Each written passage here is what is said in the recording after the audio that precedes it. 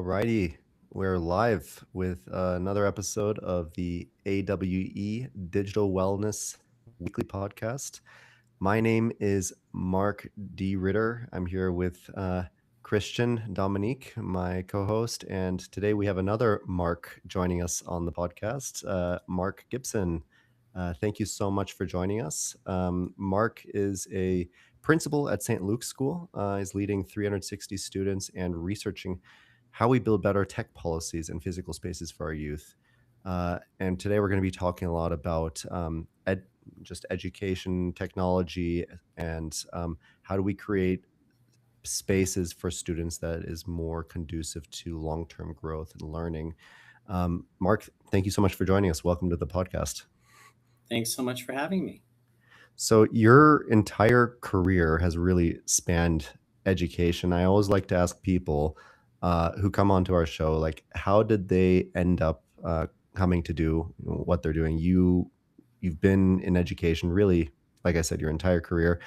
What interested you about education in the first place? Why did you get into it? What was your initial motivation for starting off in that field?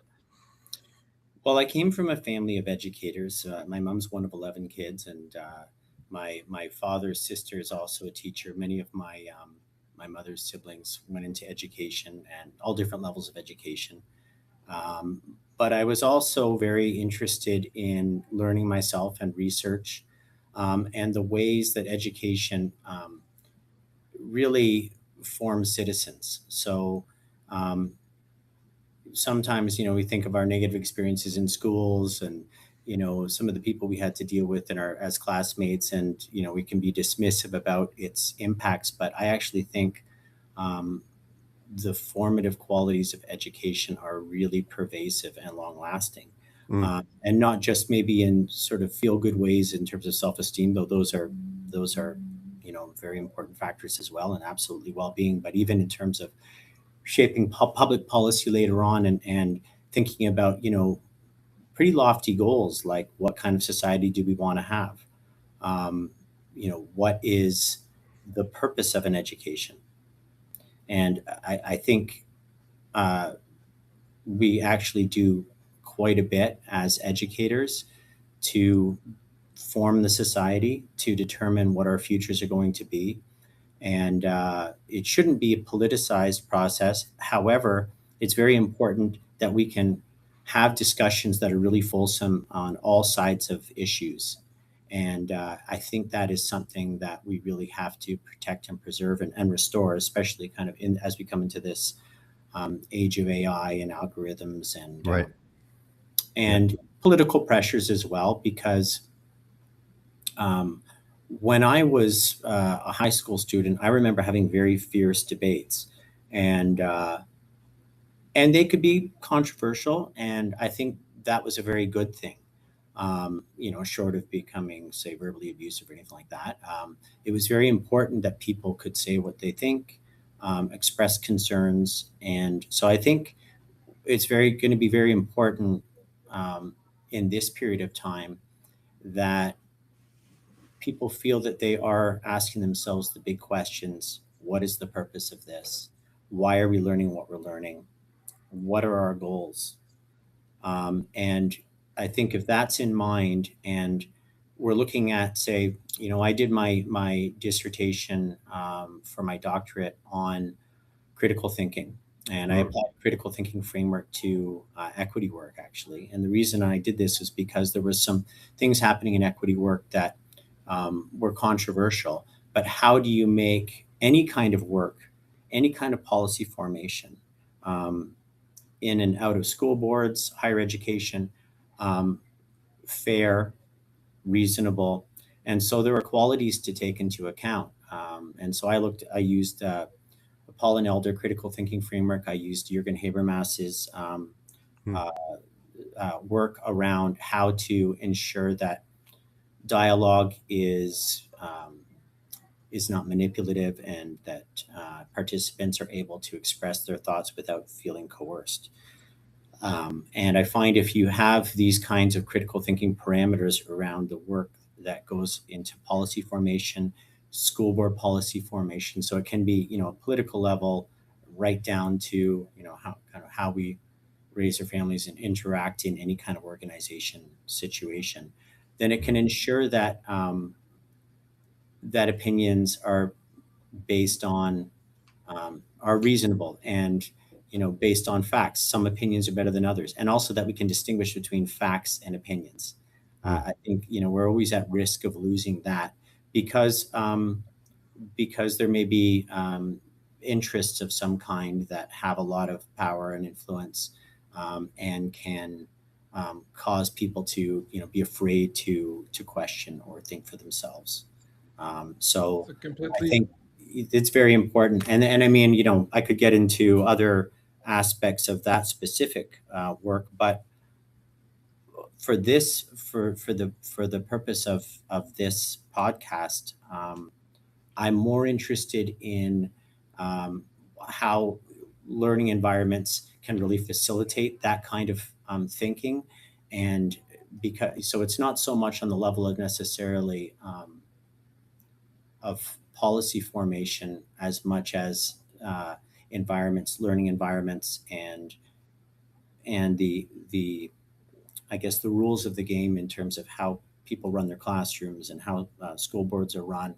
Um, those are part of that as well. So I was very interested in kind of my formative years and in before I even got into education, I was very interested in urban planning, architecture, um, what makes public spaces places of collaboration and creativity and higher level thinking, as opposed to places that separate people, make people feel alienated from their work, from each other. And so that has been my passion. So yeah, so as an educator, I've tried to bring those things together in the way that I run my schools, and I try to also influence policy to create the kinds of environments that are most conducive to that collaboration, creativity, well-being, inspiration. Really, places of learning should be exciting places to be, places that people want to be. And there should always be that joy of discovery and love of learning. I think if we lose that, we've lost the plot completely for what education is about. So completely agree, Mark. We talked about creativity, collaboration, community, critical thinking. We can add curiosity, right? Yeah.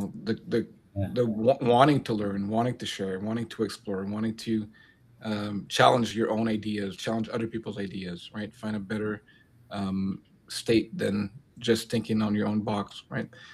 I, want to play devil's advocate because this is, I think, what we all agree on, and we want this to happen. But if you're cynical, you would say, well, education is to have people conform to societal norms, to have employees that don't question too much, that don't have too much critical thinking, just enough to say that they're thinking.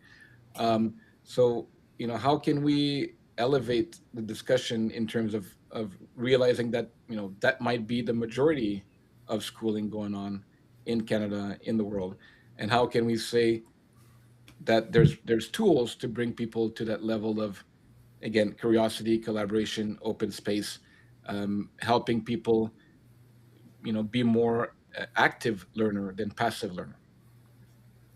Yeah, I think those are really important questions. The school system that we have now has not really changed very much from its beginnings. It's really based around kind of the industrial model with Mm. bells for recess and kind of the punching in and out clock times and this kind of thing, and build creating the workforce to supply the industrial capacity or expand the industrial capacity of the society. And so, absolutely, there were interests at play, and I think we have to be very aware of it. And our media have changed, our technology has changed, and I think that our ideals for education, they were there early on. People like John Dewey. There were some very lofty ideas about why what the purpose of education is. and it really centers around the idea um, of democracy and making sure that you have an informed population so that the voters are informed when they make decisions. And so you want people to think for themselves. Um, but it can also kind of break down to um, supplying particular interests in a workforce goal. And I'm not even going to dismiss all of that as not having value, because I do think that that can serve certain purposes like employment, income, being able to contribute to the community and society. Um, but it kind of comes back to the critical thinking. And, are we always asking the question, um, you know, what are we doing and why are we doing it? And I mean, I've worked in Catholic schools mainly, so there is also that, there is always that element as well of, the greater purpose behind everything that we do, and what kind of world do we want to live in? And so I think if we can't ever forget that, and there are some environments and some kinds of, if you like, recipes that are more conducive to creating that kind of atmosphere than others. And though it may sound superficial to some, I actually do think that the spaces we create are very, very important in education. So, we have the cliche of the classroom with the rows of desks and the sage on the stage at the front of the room, and again, there is a place for rote learning. There's a place for memorization. I think in some respects we've lost our way a bit. For example, in teaching math, because we're afraid to teach timetables and things like that. Now we want you can be excessive in the other direction too. There is a place for structure. There is a place for simple listening and memorization, and I don't think that should ever go away. But I also think we've got to start thinking about some pretty important goals for our society going forward that are going to help to build a more resilient and sustainable society. So things like local food supply. How are we thinking about our use of land in the communities where we live? And schools are a part of that. So, a really great research driven school would be looking at things like air quality and water samples and land use, and what are the causes worth fighting for. Again, not to take a political side, but just in terms of the stewardship of the community. So this is where you're starting to see schools have green roofs and gardens and grow some of their own food. I mean, obviously there can be liability with these things, but I think we need to start looking, you know, further in that direction, for how we can expand, almost like a homestead type of approach to education. We did this for a while when we taught wood shop, even for elementary kids. So kids learned woodworking, they learned to sew, they learned home economics and how to make meals. And I think we need to do that with agriculture as well. We need to learn about agriculture, and uh, because I know there's always controversy around sort of ideas like 15-minute cities and so on, but there's a lot to be said for self-sufficiency, and I think we're going to have to think about that more and more, um, not just in terms of environmental costs, but just the efficiency and of society. So this is where we've moved to, much more pedestrian oriented types of communities with better transit connections, so that we're not sitting on clogged roads, and our quality of life is is compromised because we're constantly commuting or dealing with stressful kinds of environments.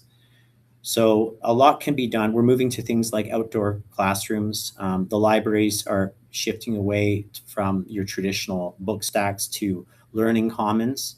So operable walls, flexible learning spaces, um, and the kinds of learning environments that encourage creativity. So you probably, maker spaces, genius hours, and within those kinds of environments, you can do so many things. You can do coding, but you can also do drafting, and you can do building, and you can work in project teams like we would expect of adults working, say, in an engineering team.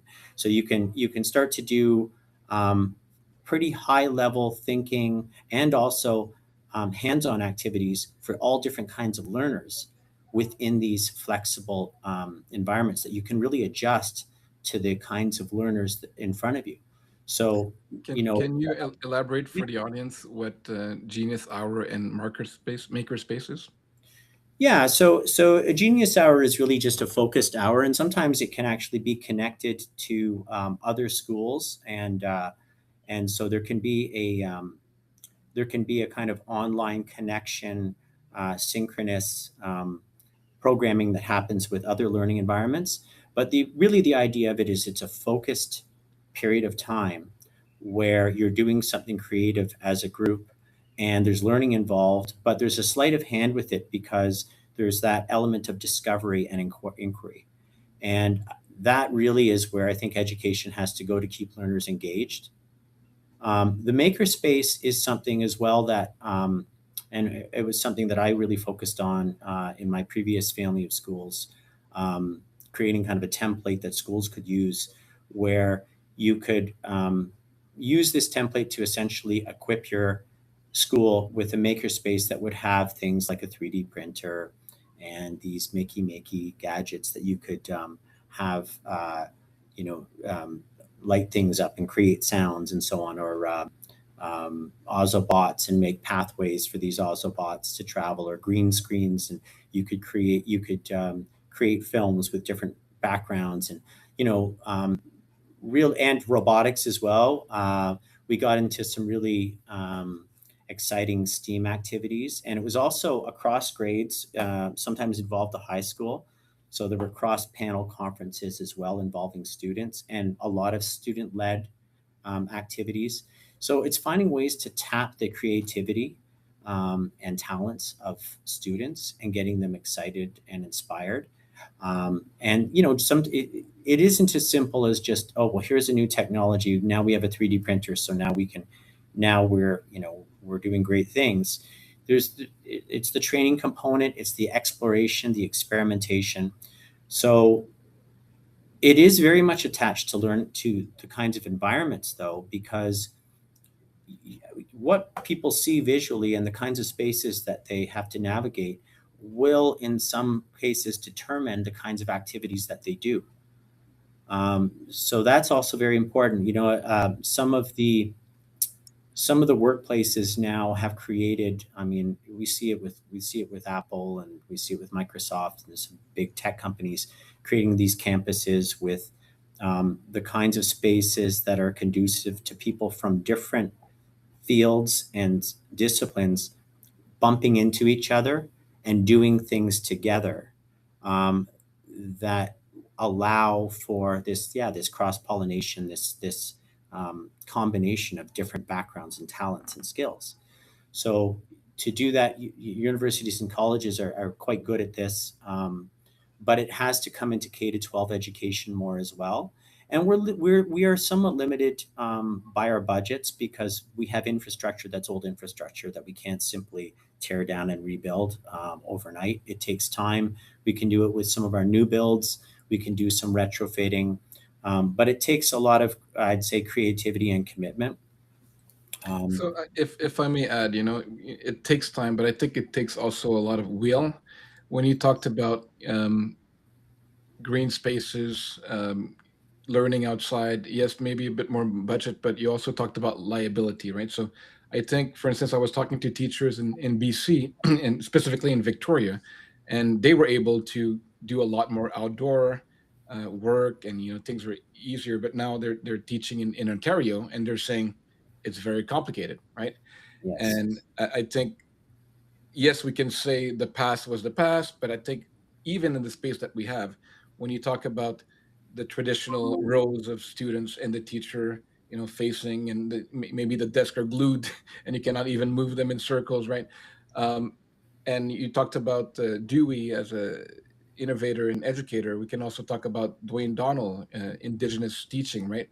Yes. How can we create those environment where we have embodied learning, and the place becomes important, right? Urbanism, architecture, Yes. the place where we're learning is also important, and the emotion and the purpose that we're having, right? So if you think about, Mark and I are neuroscientists and psychologists, right? So how do you enable something to be deeper in your memory? You have to attach hopefully a positive emotion, but you'll also have have better memory of a negative event, as we all know. But how can we incorporate embodiment and emotion in learning, that students have the joy of learning, not just that they have to learn by rote and to get a grade, right? And can we talk also about the usefulness or not of the grading system that we have in our governments and in our classrooms, right? Okay, so you said some really interesting things that I think are very important to factors. You mentioned neuroscience, and I remember studying quite recently, actually, um, uh, learning and the brain and how information is moved from short-term memory to long-term memory. Hmm. And you mentioned emotions, and when emotions are attached to something, when people feel invested and connected to the learning, they they tend to remember it much better. And we see this now. I think we are getting much more culturally responsive pedagogy. So the work of like Ladson Billings, and it's often presented sort of as inclusivity in DEI, but I think that reduces it to a particular perhaps political perspective, and I really think it's much bigger than that. Um, with culturally responsive pedagogy, you're really tuning into your community and their backgrounds, the backgrounds of the learners. And I don't just mean ethnic, in terms of ethnicity or race or those things, because in some respects, those can be very superficial things. You could be, you could be a black child living in a suburb who is much more similar to a white child living in the same suburb with the same experiences as compared to, say, a black person coming from a country in Africa with very different cultural traditions, right? So we have to be very careful when we talk about culturally responsive pedagogy. I think it really comes back to knowing the learner. If you know your learners and you understand their backgrounds and interests, and strengths, um, then you can really build a lot of programming around it and still hit the curriculum expectations that where you want everybody to be at a certain level by a certain age, right? There's also competency-based learning. I attended a conference in California, run by Inocall, that was focused on competency-based learning, where you mentioned the grading system and the limitations of that, and it can be very limiting. The competency-based learning is essentially you have your look fors for whatever skills you want kids to learn, whatever subjects you would like them to master, and essentially it's here's the material, go, and you can provide supports along the way. But if students can attain competencies way beyond their typical, age group, um, great.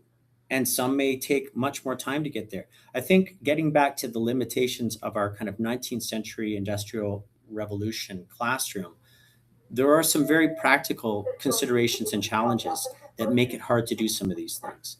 How do you group kids? How do you staff schools? Right?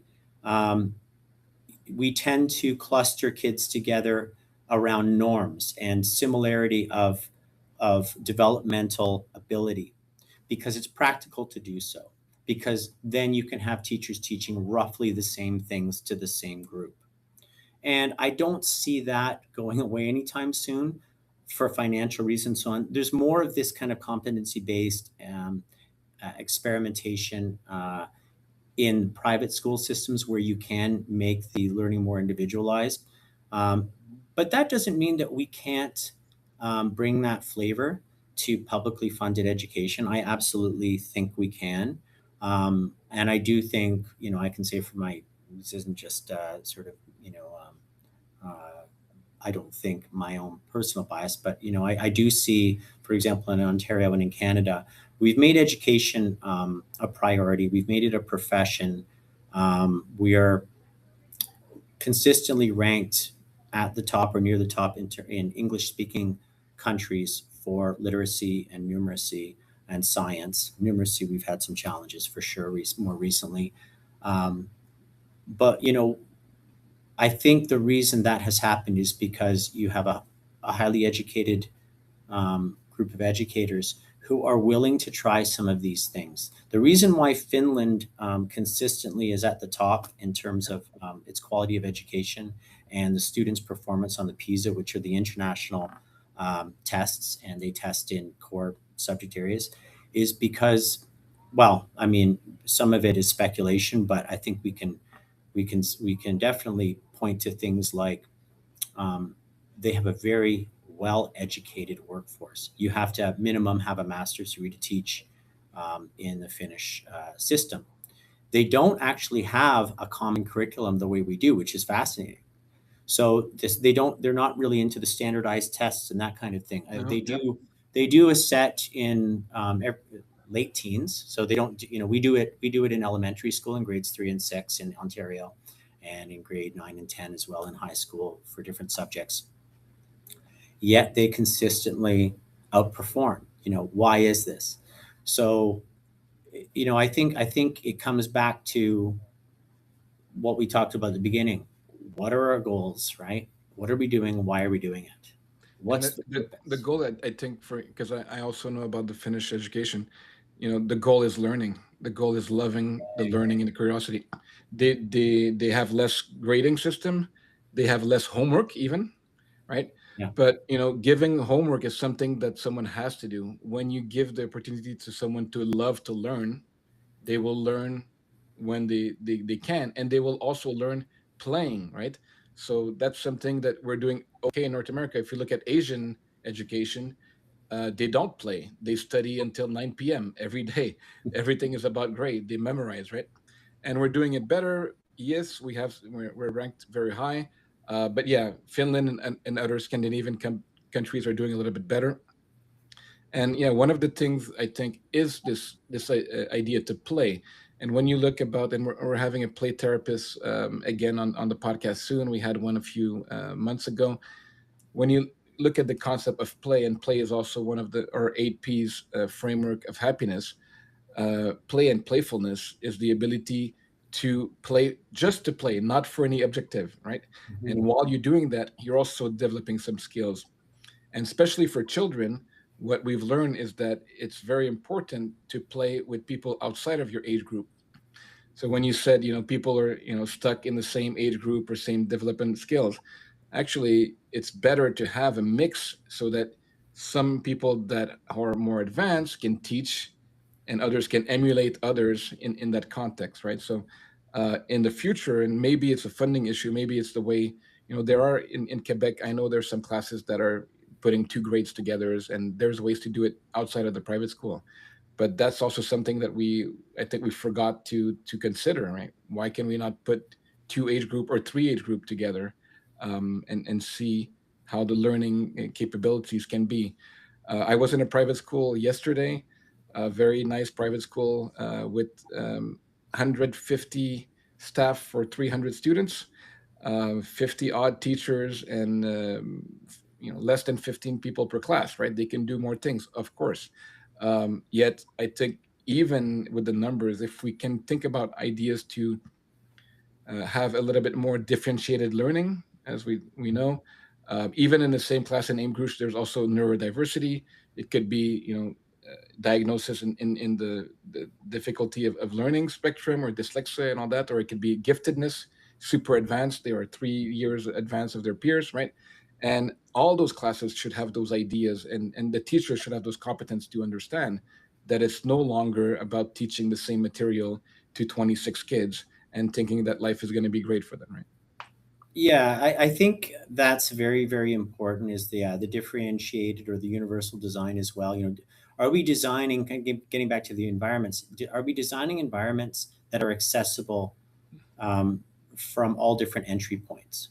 And are we again knowing our learners and programming around their needs, their levels?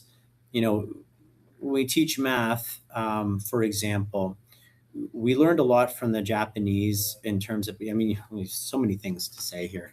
Um, there are certain things about some of the countries in Asia and their approaches to education that they are doing really, really well, and other things that, as you mentioned, maybe are not working for them so well. So they tend to have high depression rates with older students, a lot of pressure, but they do a lot of learning and exploration of numbers at a very early age, which is very interesting. Which is arguably play. They're using abacuses and things like that.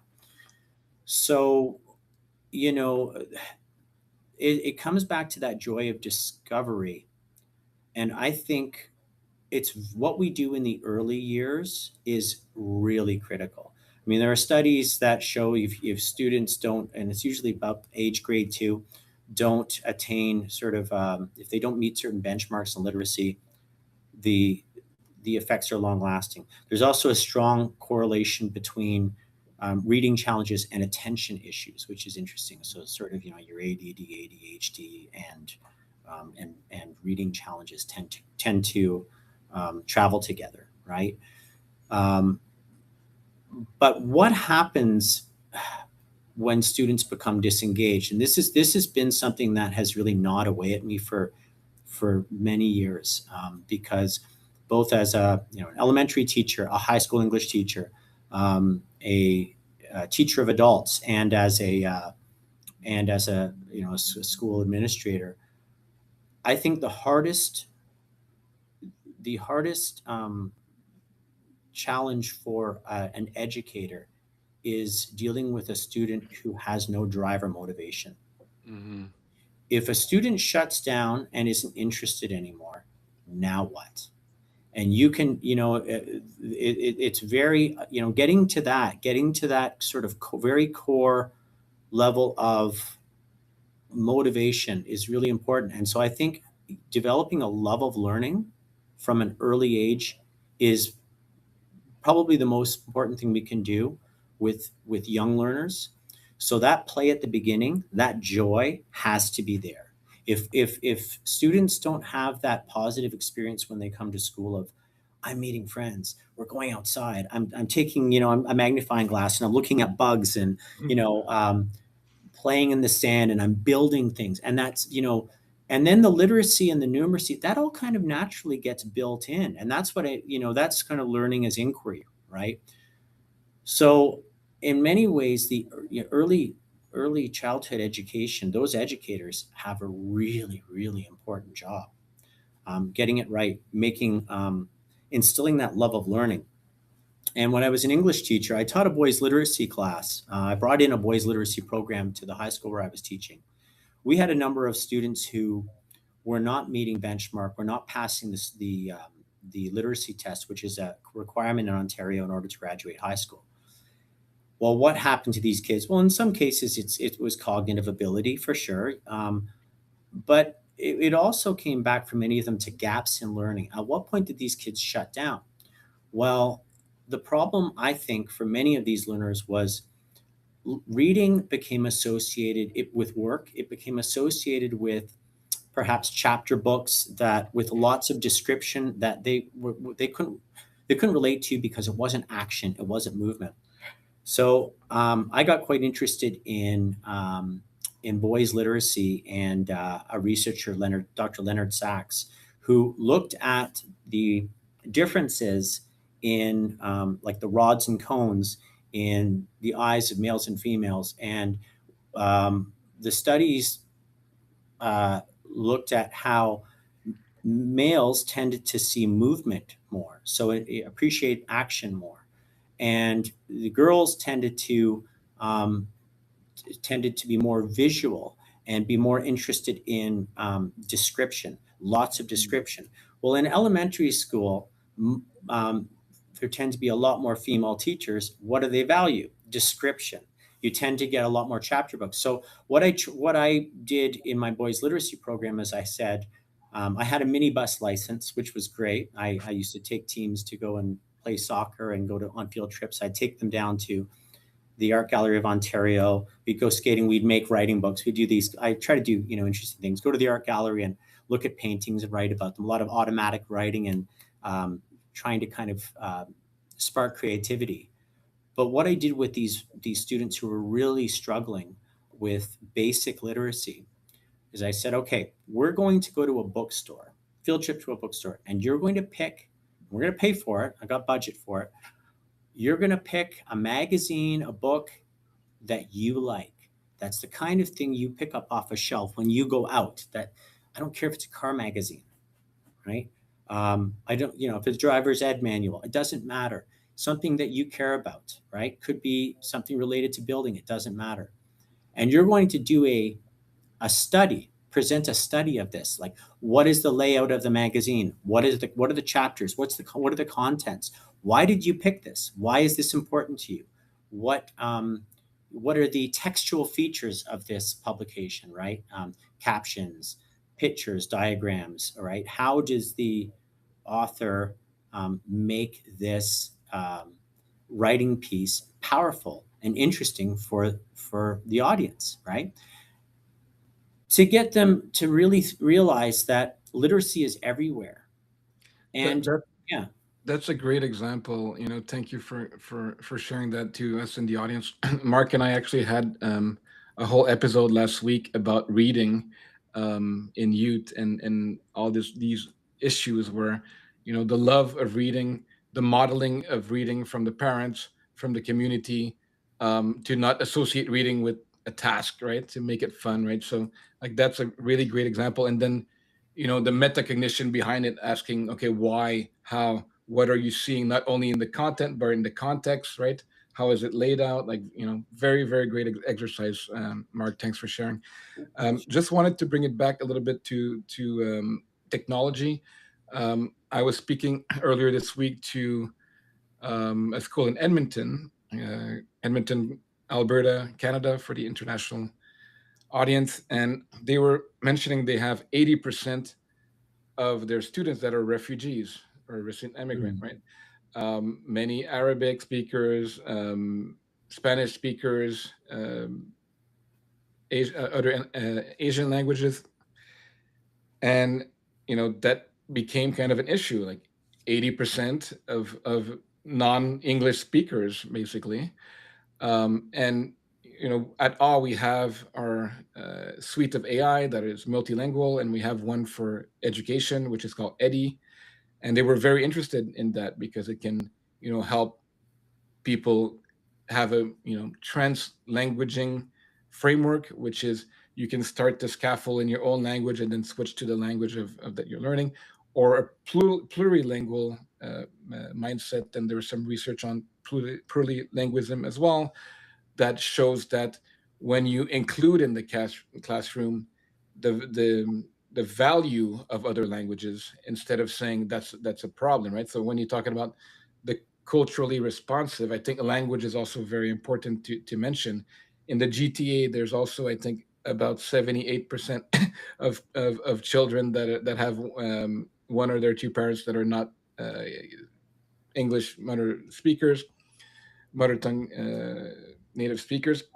So those are concepts that we can also include, and that's when I think maybe technology can help in terms of creating an environment where the teacher can use tools to communicate with the parents and the grandparents and include other languages in the class with some visual aspect, with some language translation. So yeah, I wanted to share that and hear what both of you, Mark, have to say about that. Did you want to start, Mark? Please, you go first, Mark. Yeah. So, well, I mean, I think that technology again can remove a lot of barriers for kids, right, and for families. We've tended to, where I work and live in the Greater Toronto area, we have had huge waves of immigration. Refugees come from places like Syria, um, Iraq, and different countries where kids are coming with trauma. Um, Families are struggling to get settled, integrate into the culture. So we're involving our various special services, settlement workers, social work, right? Translators, and it's difficult because it's very expensive.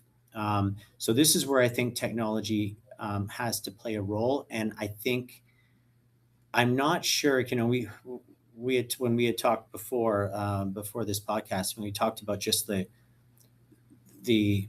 like the mass of tech that has come through in recent years, and the challenge of trying to just process what's even available.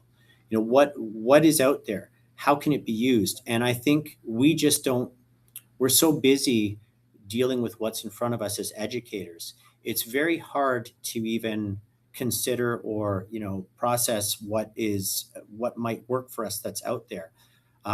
So I do see that we need almost like messengers, liaisons from that world to kind of show us this is what is available. This is what can save your school board money. I mean, it really has to be put in those terms, because it is very costly hiring translators. You know what we do at an interview to parent interview time.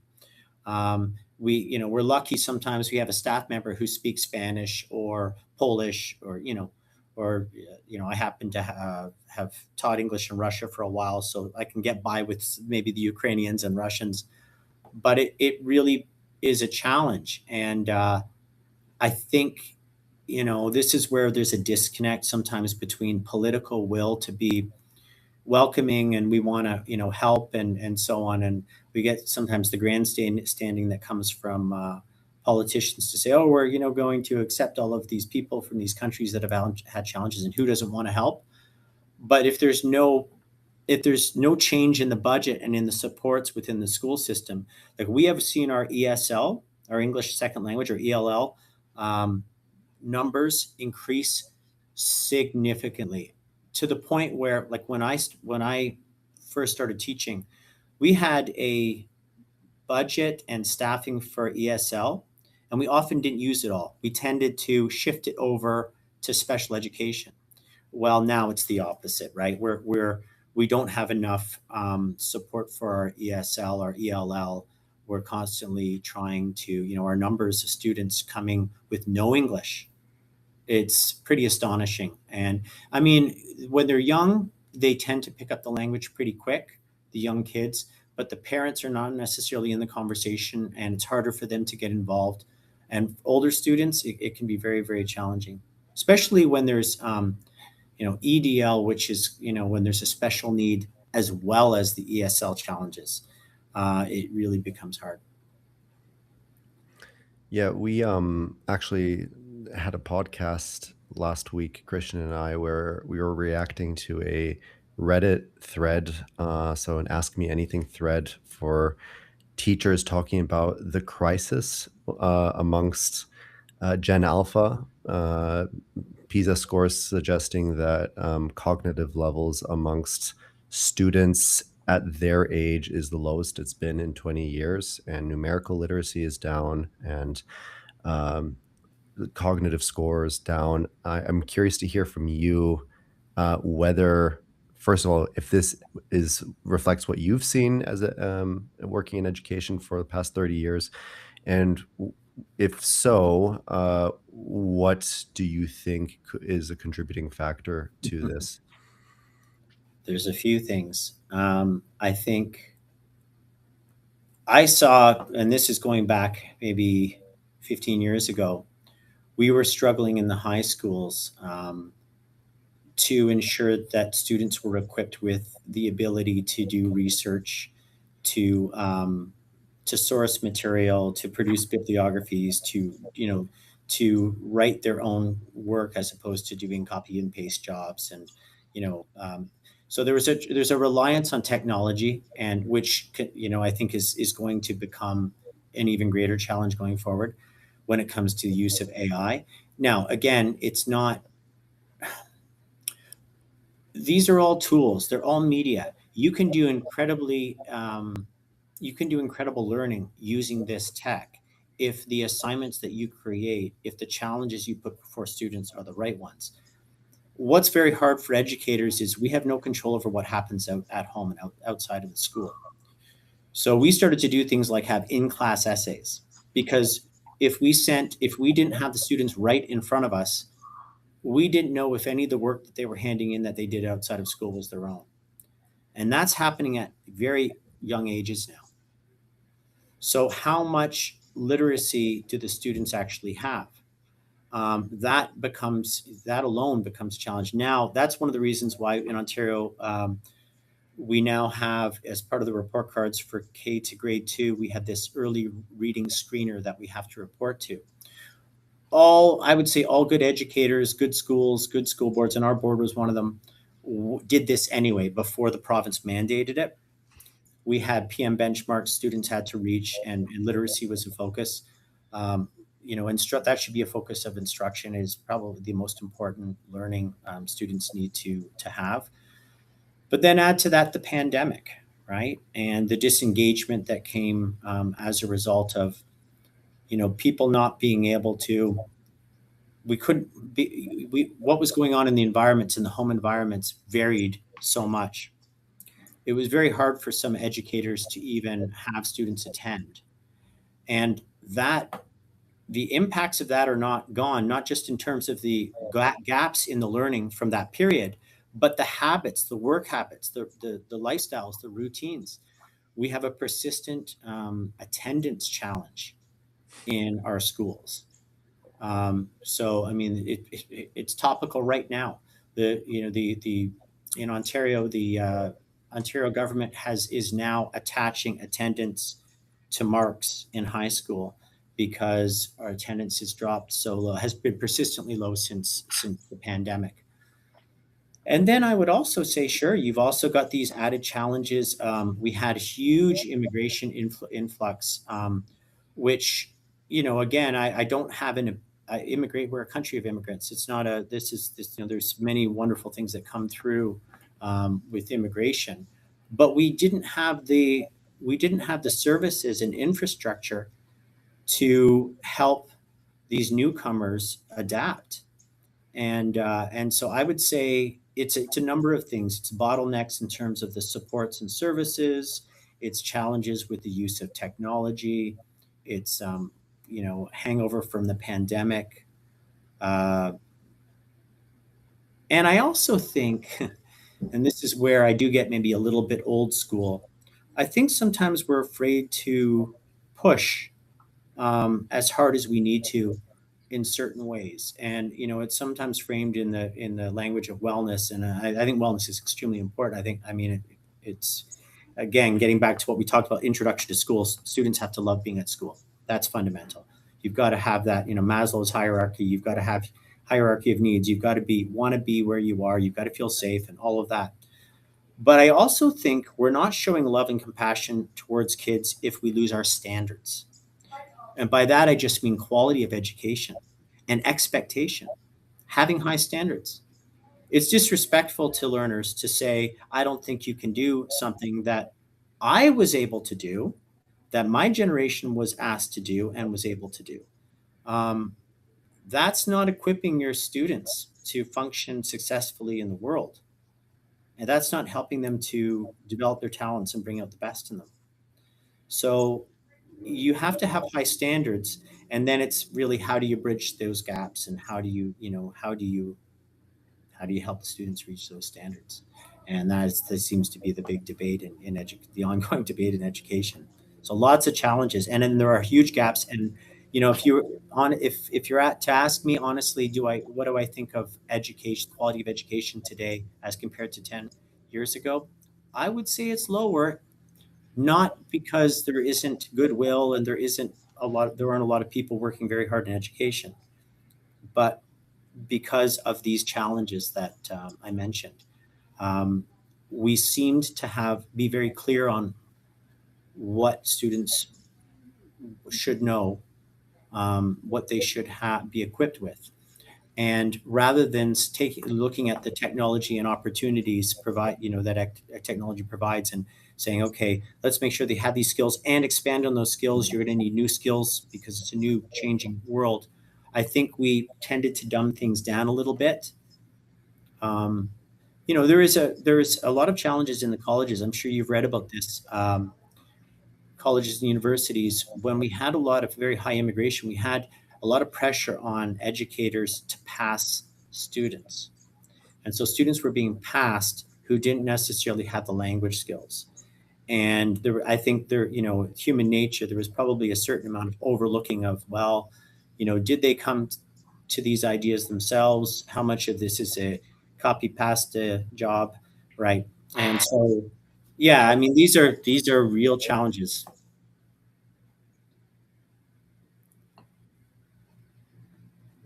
Just realized I was muted. So it's not just one single factor, but multiple. It could be pandemic being one of them, having shifted to online form of education.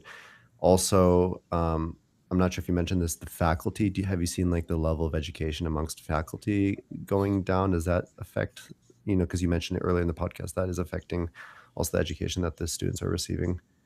Well, it would be in that, I would say, if they're coming through the education system recently, what is the quality of that education? I mean, in Ontario, now teachers are being required to pass a math test and so on. So there's a real effort to ensure that certain look fors and quality is there. And I don't want to, I can't really speak to whether it is. I don't know. Um, but definitely, the levels. Now, we also have to be careful because, for example, I remember my mother saying when I was a student in school, when we were kids, we were reading this volume of literature, high level literature at a younger age than what your generation is. Well, yes, but it was also a different society. Um, and there are conditions in the society that can change what becomes valued and necessary to navigate that society. So those are considerations too, right? So there's digital literacy, which that generation didn't have to think about. So, but there's also, there's the opportunities, but also the challenges that come with all these devices now that we've been trying to, I didn't mention that. That is a, been a pervasive challenge too, is, what is the role of of smartphones and access to devices in schools. How can it help or hinder, right? I think sometimes it comes back to the, well, gee, I've got all the bells and whistles, therefore I have a good school, and that is just not the case at all. It's all about the pedagogy. It's all about the use. It's all about the purpose, the intentionality. What are our goals? What are we doing? And why are we doing it? I think it's important for people at all levels of the organization to ask those questions and have answers for those questions, or at least a sense. So whether it's the students, the educators, even the parents. So that clarity has to be there for sure.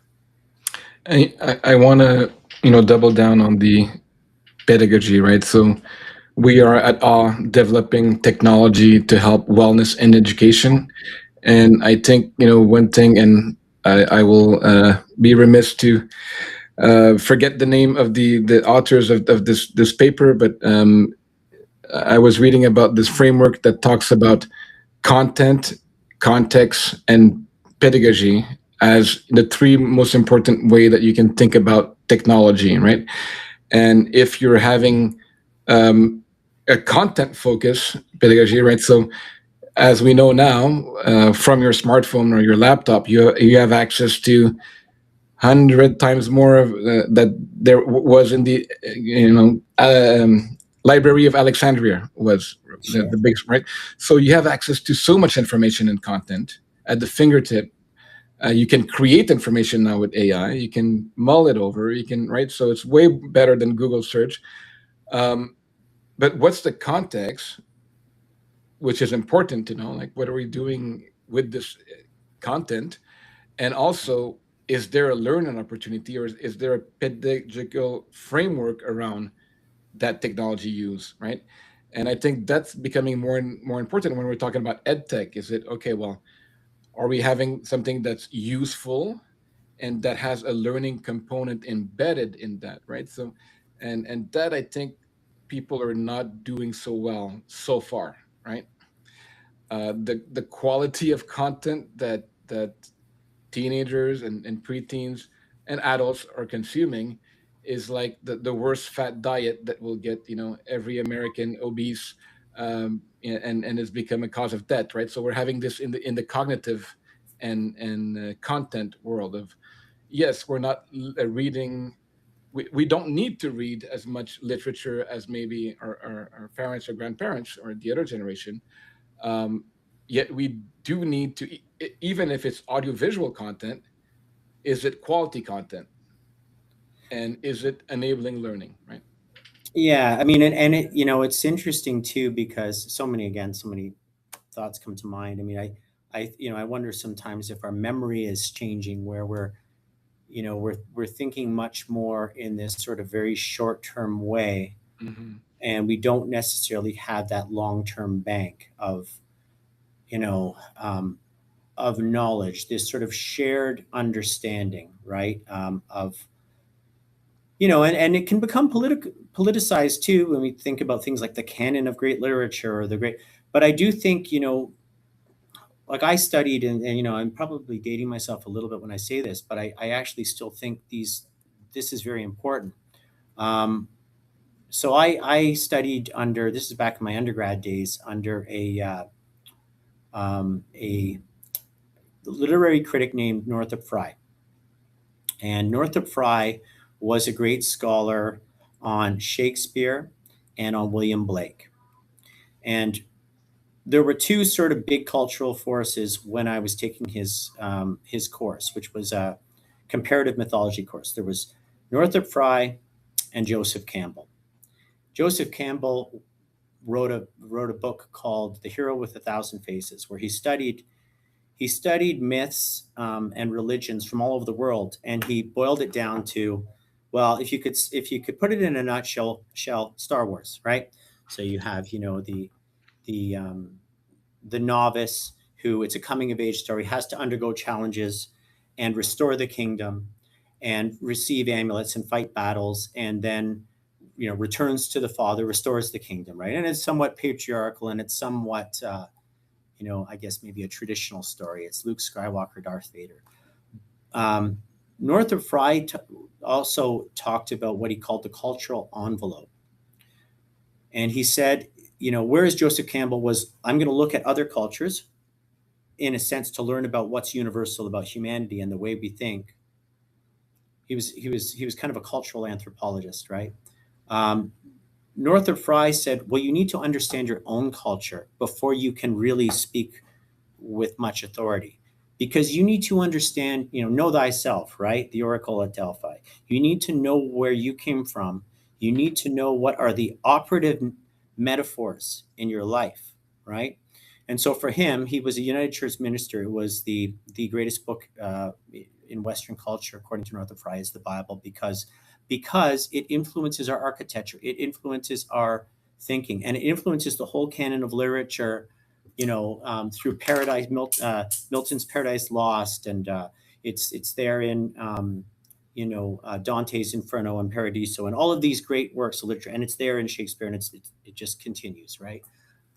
Now, that you, it's not to say that in Northrop Frye's view, it's not to say that other cultures don't have value and meaning and purpose. They absolutely do. It's not a case of supremacy of any kind, but you do need to understand what is why everything that you see around you, why the society that you function in, the school that you attend, like where that came from, what informed it, what are the roots, and there are roots, and it was purposeful. And what I worry about with the learners we have today in this kind of um, omnipresent world of distraction and sort of short-term fixes, almost like, yeah, I want like a, being a gambler at a casino. I need to get my fix of this particular brainwave pattern, right? I mean, I could say like a being a crack addict.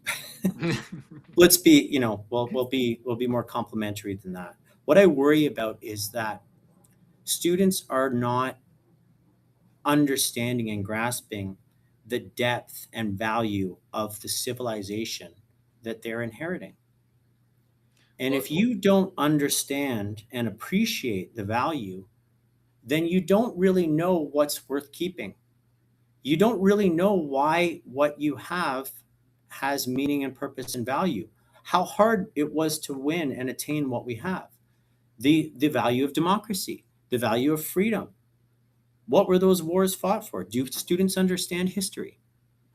And so I think we've got to be very, very careful as we embrace all of the, everything that's kind of new and before us, that is, again, these exciting bells and whistles that seem cool and exciting and interesting, that, we can't forget that these are media. They're just new tools for communication. They're new appliances that allow us to do things more or less efficiently. But what are we doing and why are we doing it? What are our goals? What is the purpose? Are we giving up or losing something that is of great value when we do what we do? Are we Do we need to lose some of those things? And if we do lose some of those things, what are we getting in instead? Is it better or worse? And I don't think that we can even answer some of those questions unless we understand the world in which we live, our histories, our culture. And I worry that students just simply don't really know. And so, we really risk education becoming very superficial. agree. We talk a lot about distraction at awe, and how to bring back real connection, purpose, meaning, all the things that we're agreeing and talking about. I think when you talked about the cultural zeitgeist, so why are you thinking and doing things, and how are your society, and going to democracy but also law, and can, and I would be critical about democracy. Is democracy and freedom the best thing ever? No, right? Democracy was invented in Greece 2000 years ago. Can we do better? Probably, right? Is there flaws in lobbyism and educating the people to vote, but are they able to vote, and for what and how, and right? And why is there X amount of political parties, and who gets to, right? So there's still things to challenge, but at least you can be aware of where we're coming from, where we are now, and where we could be going. A stands also for awareness, wellness, and enjoyment. And awareness is part of our four A's philosophy of happiness, right? So when you're talking about understanding your culture, it's part of self-awareness, it's part of cultural awareness. And Mark and I, we do coaching. We help people with those things that we call limiting beliefs, right? So to go beyond your limiting beliefs, or the beliefs that you have to be aware of what they are and where they're coming from. And often it comes from the literature. It comes from, the Bible didn't only influence Shakespeare.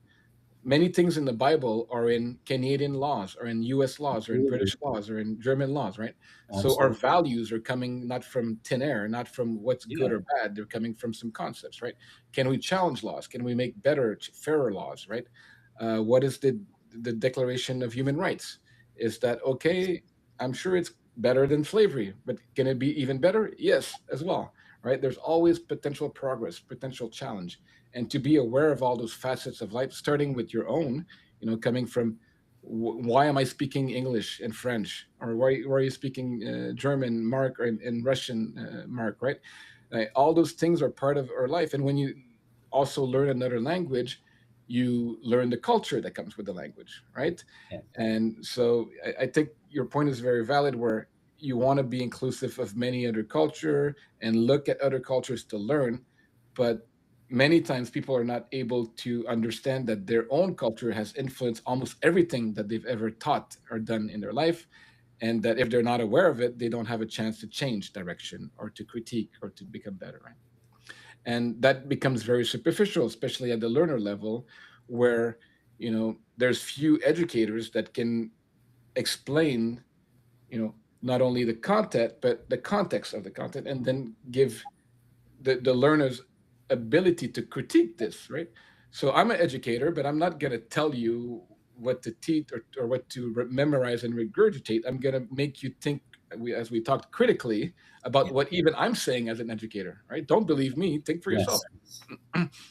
Yeah, encouraging people to think for themselves. I think, sometimes what I worry about is, and you can see this, I mean, important debates happening right now, for example, around, whether assisted suicide should be allowed in Canada for people who are mentally ill, right? Well, you would need to know, it's important to know history of things like eugenics. It's important to know, what happened, during the Second World War in Germany with different experiments and so on. So like, it's obviously very, very important to know where you came from, and so that we don't repeat the mistakes of the past and so on. But I also think it's important to understand that the society we have didn't just accidentally, like, it was the result of you know a historical trends, historical developments. So the education system that we have has its roots in Prussia, and that's where public education started. And it was basically about citizen formation and Christian missionary values. And if we're not honest about sort of the values that inform our society, you mentioned, the law and the institutions we have, which have their roots in English common law and the Magna Carta and the limit on powers. And you can go back and you can find the roots and the origins for a lot of the for our institutions. And I think it's very important that we understand the value of some of those milestones that were reached, what it took to achieve them, so that we don't simply brush things away or assume that everything's just going to be peachy. um, if we dabble in morality and ethics that are completely contrary or different from some of the those core values that established much of what we have today. So I'm not a true I'm cautiously progressive. Right? I think you have to understand your traditions in order to understand what's worth keeping and what maybe should be outgrown or shed, and understand that there were reasons for having for why what we have was set up the way it was. So that is all part of citizenship formation, and critical thinking is to really make sure that students are grounded in that deep learning, that ability to research something at a deep level and understand the many sides of an issue, and withstand critique, have that fierce debate, right? Challenge ideas, um, so that we know that we're coming to the ideas that we have honestly and through care and consideration, right? I think as long as those kinds of pillars, those guidelines, those guiding principles are in place, I think we're on the right path. But I don't think that it comes down to the people, the educators working in the systems that we have. So getting back to the Finnish example, what are the quality of the personnel Mm. delivering education, right? And so, you know, it always, I think it really does come back to make sure that quality is there, make sure that training is there, make sure that that openness to learning, that love of learning, that that commitment to lifelong learning, is there. And what's going to make people do it? Well, maybe if they like doing it and they're passionate about it, they feel that sense of awe and joy and wonder, right? As long as we can hold on to that, I think that will be the fuel and the drive. And maybe if we can find more ingredients to engage those kids who have shut down, or adults who have shut down and stopped learning for whatever reason, if we can find more tools to inspire and re-engage um, then then we can restore what we've lost and maybe do something really special and new that's better than what we had. And again, Mark, that is exactly what we do at Awe. I was researching 2 days ago about the school attendance challenges that you were talking about, and trying to find solutions to embed that in what we're offering schools and educators. And it has a lot to do with psychology, right? It has to do with, you know, not just the material, not just we can talk about the design, the environment, but there's a very important psychological component, which is, why are you not attending class? Yes, there might be a cultural or political aspect to it, but mostly it's about what can make you love reading, what can make you love coming to school, what can make you excited to to be with your peers in a learning environment, right?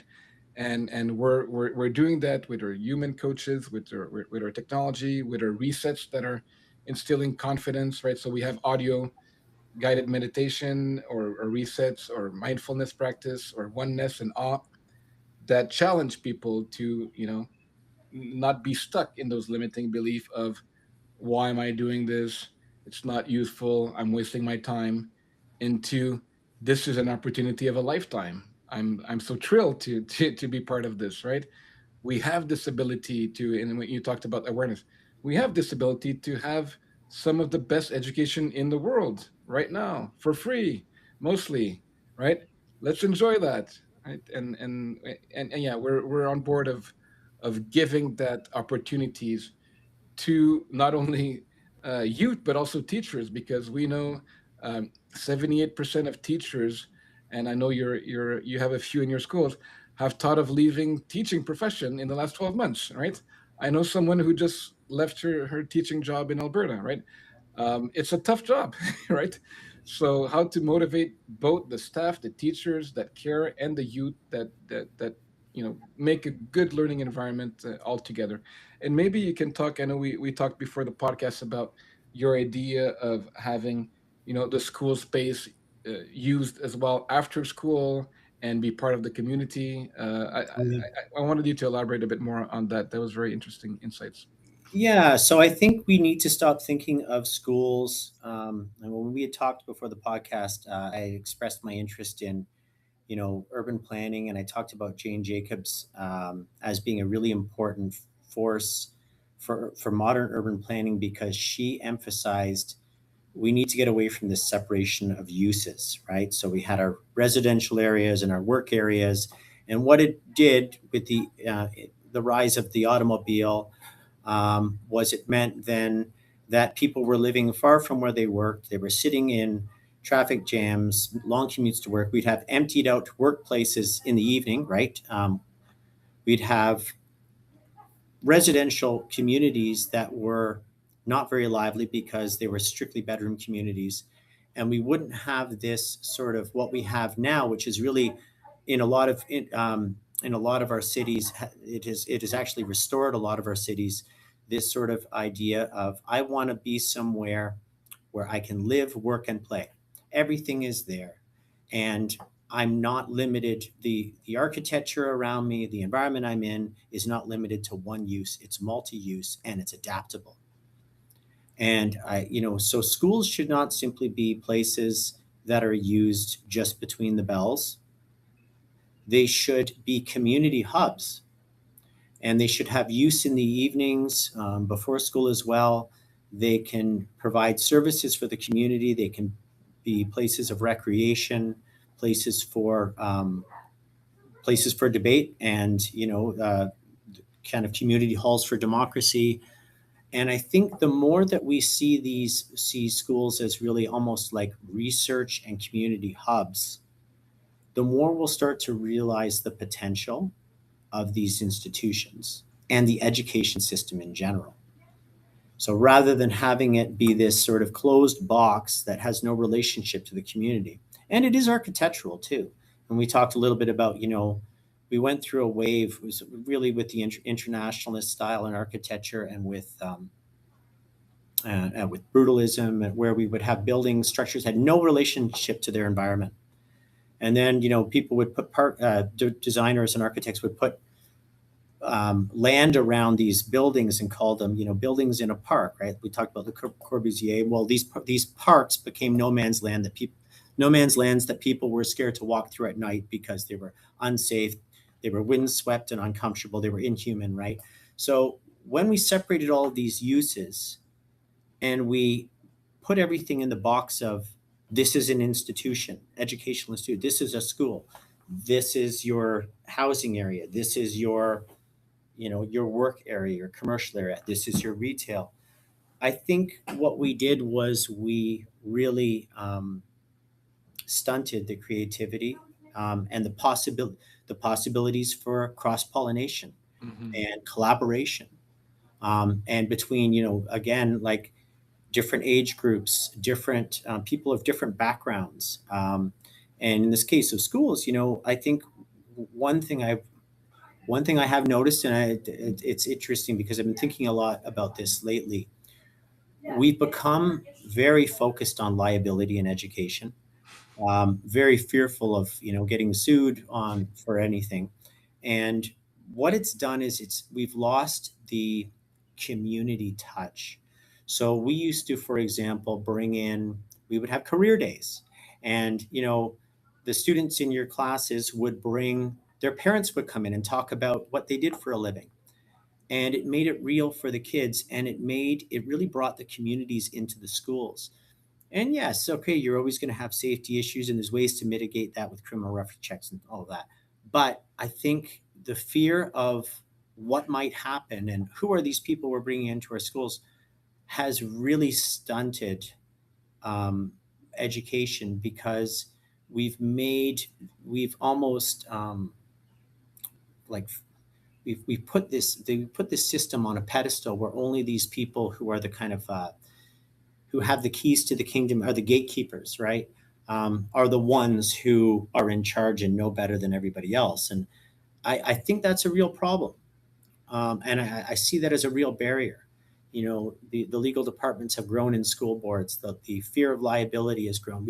The general administrative procedures um, have grown, and I can tell you many administrators are feel buried in paperwork, and there's a real risk of losing that creative spark, that kind of homegrown, like we talked about before, connection, right, to the what is the community I'm in, what are the natural assets nearby, how can we maximize those and bring those in to the curriculum to make it real for people so they feel they can relate to it and it connects to their lives.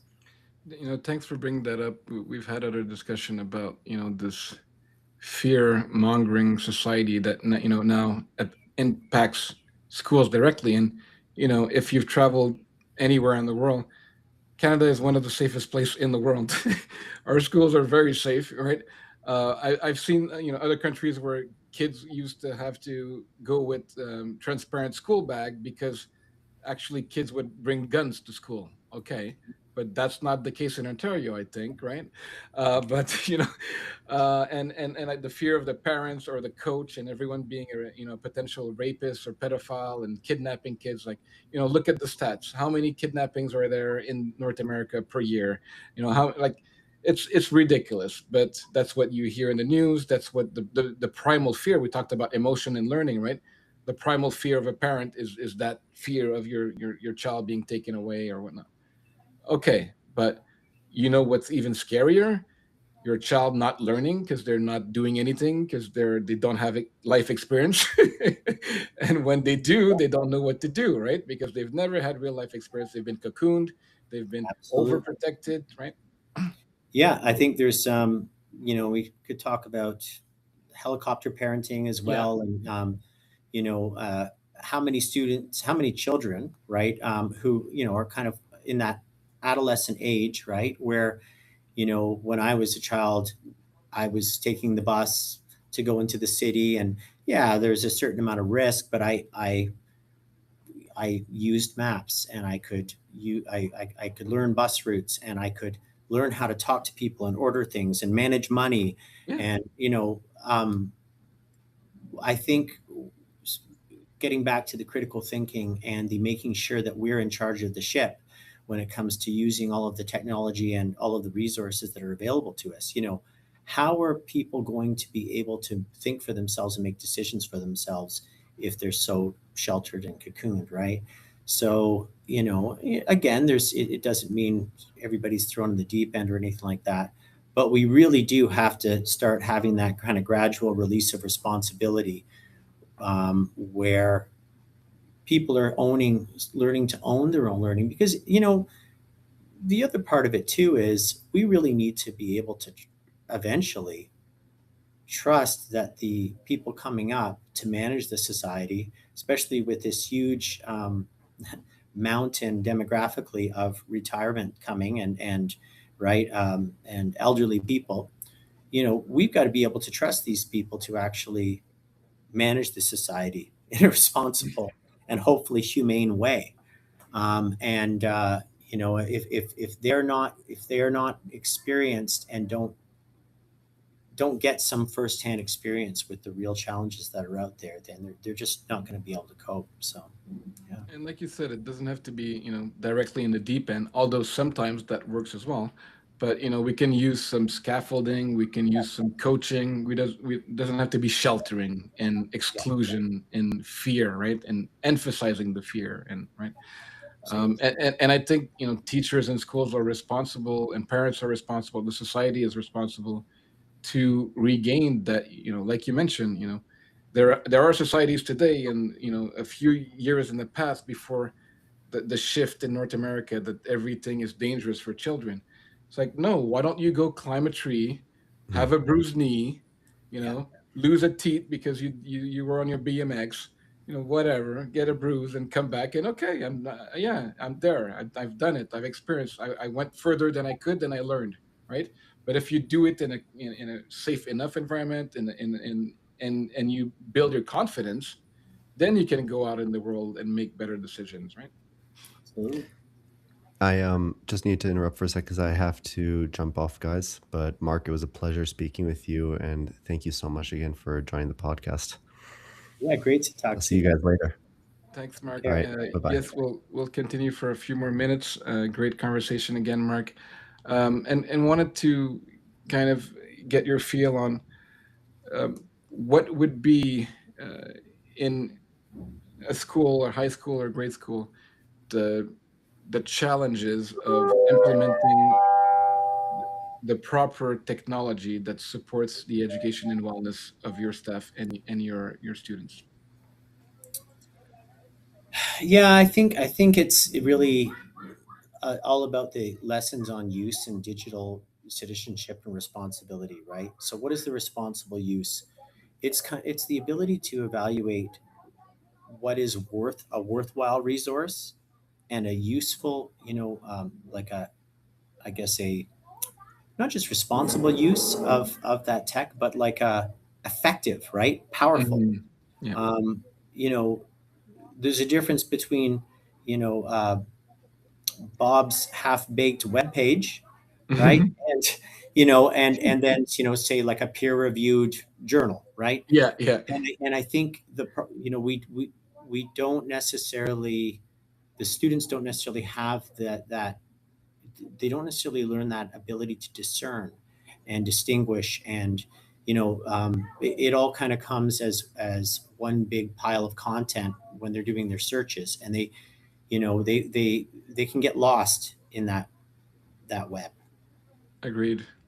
And I think when we're talking about scaffolding and coaching, might it be from the educator side or the parent, it's important to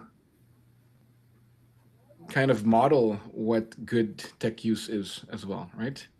And to Absolutely. show, how do we distinguish the gem from the noise?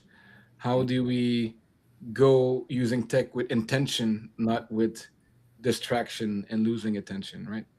And there are tools. We focus a lot on this. That, we have like the smarter phone that helps you that with challenges. Or AI also challenge you to do your homework, and it will not do your homework for you. It'll challenge you to go outside and to be in the embodied sense and to talk to human beings as well, not to stay in that environment. And I think it comes back to your idea of, having the technology, the space, the culture all serve a purpose and have a place where they can converge, right? So that you don't have only technology and then you're not in the real world, or real world and you're not able to, you become Amish, and I have nothing against Amish people, but or you don't have tech, or you're in the wild, right? We can do both. We have the ability to have campfire conversation and to have communities online, right? And I think Absolutely. they're both valuable, and we need to make sure that the youth are able to navigate both of them, not only safely but more importantly, that they get value from it, right? Completely agree. So, last little bit, would you like to share, in your many years of experience in education, a funny story, a personal story that might be interesting to share? Oh, wow. Okay. So, I mean, I think in our schools, we've had some really crazy things happen. I mean, I can tell you just a funny story. It's maybe not so education related, but it is in a roundabout way. Mhm. So one time I was on my way to school. This is an inner city school, and I got a call from a teacher on my staff as I'm driving in. Mark, there's a body behind the school, a dead body. Okay. And I'm like, okay, do the police know? Yep, the police are here. I arrived to the school. There's police tape up, police everywhere. There is a body behind the school. Thankfully, not one of our students or parents or Okay. student parents. And so I say to the police, okay, in about 20 minutes, we're going to have about 400 people come through these doors. We need a plan for this. So they literally cordoned off the back in the field and where the body was. And somehow, and covered all the windows in the back of the school, and Okay. somehow got all the kids into school to class without them looking out the window or knowing about this body. Yeah. And by the time recess rolled around, the body was removed, and we rang the bell for recess, and the kids went outside. I tell that story because it shows you the sheer like absurdity and level of like practical challenges, right, that are thrown at us in education. Yeah. So we're saying all this highfalutin stuff about purpose, and then it's like, yeah, look out for the dead body in the playground. Yeah, thanks for the story, and glad that you're able to manage it effectively, and that, not traumatizing. Well, I The guess kids, it's but dark humor, but it just shows you, right, like what we're up against sometimes, and that you just never know what's coming. But yeah. also again, let's suppose that there had been parent phone calls and that someone had found out about this. This is all of these are teachable moments in a way, right? There, it's all part of Yes. life, and Yes. life gets rough. And I think getting back to what you said about the being careful not to cocoon or shelter too much. I think Hmm. we are so afraid of sort of traumatizing our kids. Meanwhile, of course, we have kids who are watched by screens sometimes in the evening and are seeing just anything and everything, and everybody's pretending it's fine, right? Yeah. So I think it's much better you know, to roll with some of these things because they're going to happen. When we respond, the kids watch how we respond. Hmm. If we panic, if we express trauma, if we don't seem to be able to deal with it and cope, then they're going to struggle. Yeah. So, I think it shows that as educators, we have to we always have to be willing to take on the challenges that come our way and be unafraid and not think, oh, this is not an obstacle I'm going to be able to overcome, but instead, embrace it and find a way to overcome. I always say to the students, I said it at the graduation ceremony for earlier this week, you know, there is a solution for every problem. We have to trust, right, in our abilities to find solutions. Hmm. And there are solutions. And, even what seem like very, very hard, real challenges, and sometimes loss of family members, or, we've had students with serious illnesses.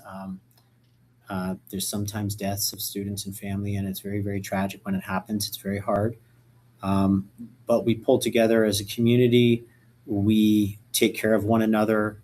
We provide each other with the tools to be able to come to terms with what happened and become, stronger for it, and closer together. So, um, you know, education is, I think, always has to be. We always have to be optimistic about education, because we have to be optimistic for the students. Yeah.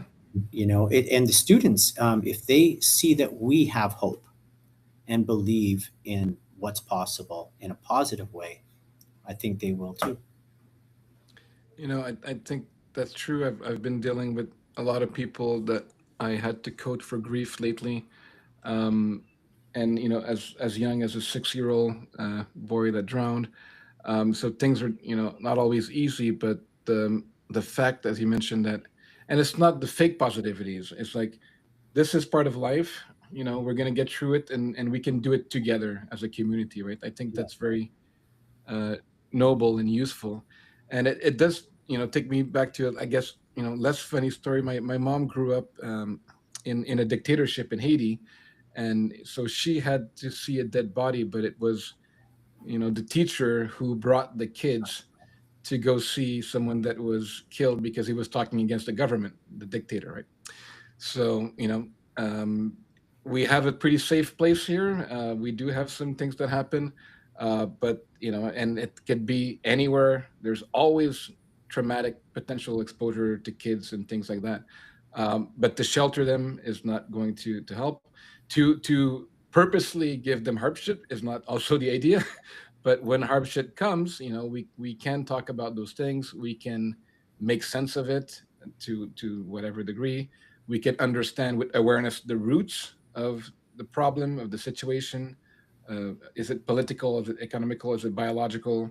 Is it and it can be a teachable moment, right? So I'm not saying also the story as a sad story. My mom told me the story long ago. It marked her childhood, but that was the reality that she lived in, right? And we have kids in Canada that seen worse than that That's come from war-torn countries that lost more than that seen more than that, right? So we have to be able to openly talk about those things, and give the resilience that the youth need to live in a world that is perfect in a philosophical way, yet on a day-to-day basis sometimes difficult, right? And that's okay. And we're giving them tools to have this preventive and all-encompassive wellness tools to have the resources that they need, not only to succeed academically, but as whole human beings that are going to be leading the world in a few years, right? I couldn't agree more. That's we're ultimately, trying to equip kids with the tools, and and adults as well, with the tools to be able to thrive, right? And hardship, trauma is part of life. We're, in many ways sheltered in Canada, because we live in a very prosperous, pretty harmonious, um, good place to be, right? Nevertheless, there's a lot of families that are coming to us with a lot of real challenges, staff members as well. We all go through it in our own lives. Hmm. So we can be great resources to each other. And, we're blessed to have the education system we have, with all of its flaws. And there's so much we can do. So, I think the message really that has to come across in any discussion of education is, um, yes, room for improvement, but also great reasons for hope, lots of successes that you can point to. And so it's, keep up the good fight, and just stay open minded, stay excited. Thanks so much. Great conversation. Looking forward to have more of those as we keep in touch in our respective progress, and as we get ready for a new school year, I'm sure. Thanks again for joining us on the podcast, giving so much depth of experience of knowledge about many subjects, including well-being, tech, and architectural urban design, creating more spaces physically and online for school tenants, community, which includes students and parents. And we're aligned in that we want to really enable all this community to work together um, for the good of the kids, the parents, the people that are educators and learners. And looking forward to more discussion. Have a great weekend, Mark. Any last thoughts or comments? No, it was a pleasure talking to you. I genuinely enjoyed the conversation. I hope you have more of them. And yeah, have a wonderful weekend and start to your summer. It's our last day of school here, so I'm going to be right back at it when I get off of this podcast. But it was a pleasure, Christian. Likewise, Mark. We have a community awe team or awe team in Montreal. We're having a picnic and boating tomorrow as a team building exercise. So looking forward to be in the water and eating some multicultural food tomorrow. So Awesome. talk soon. Have a great time. Enjoy. Bye.